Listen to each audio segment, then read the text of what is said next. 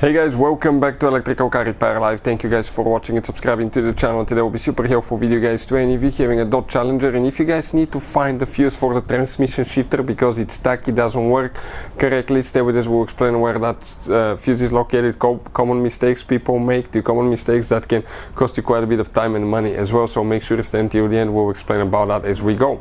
Now, if the transmission shifter is stuck and you check the fuse and it's still stuck, we have a special video that explains why the white transmission is stuck in park and how to manually shift transmission that is stuck in park on Dodge Challenger. We'll have these videos on the channel if you need help with that as we go. We're going to talk about that.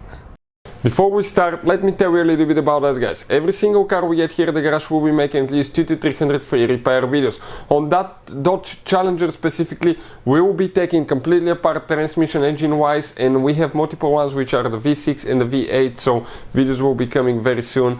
Why we do all that guys? Because our mission in the shop is to save you as much money as we can. All we need in return, please subscribe to the channel, like the video, that way we can keep making these free videos. And if you guys need to buy any parts, tools for a good price and quick shipping, check out the link in the description of the video below. That's where we get all our tool supplies from, and you can save a ton of money. So we guys, actually, if you come right here, we're going to work actually the fuse. You have a main fuse box under the hood, and you have one in the trunk. Will be actually you have other fuses for the transmission control module located under the hood. We have a special video that talks about the transmission control module fuses on Dodge Challenger. But if you come right here now, you have one fuse box that's in the back. Okay, it will be closed like that. Let me show you now. It will be closed like this one. Okay, and you're going to have the cover here. Okay, the carpet liner. Check it out.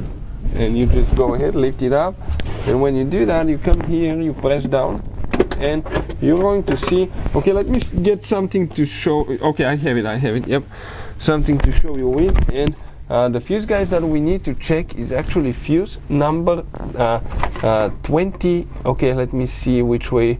It should be this way. Fuse number 26. So that will be 26 will be the second fuse right here. Some of you may have this one, some may not. It really depends on the model guys. I'm talking about that fuse right here, the second fuse here. Now, if you don't have it, check the fuses for the transmission control module. We have the video on the channel that will teach you guys where the transmission control module fuses are located. Transmission control module fuse. So, another thing, we'll recommend to disconnect car battery when you're removing and replacing fuses. And if you disconnect the car battery the wrong way, you can actually, guys, damage the electrical system, computer's module, and that can cost you thousands of dollars to fix, guys. So, we have a special video that teaches you which battery terminal to disconnect and which battery terminal to reconnect first. Another thing, we guys will recommend to always test the fuses because sometimes you cannot tell 100% if they're good or bad, and I'll put a link to a video that will teach you how to test the fuse and a relay in just a few minutes guys. You'll be able to find out if everything's good or bad. Piece of cake. Hopefully the video will be helpful. Thank you for watching, and see you guys next time.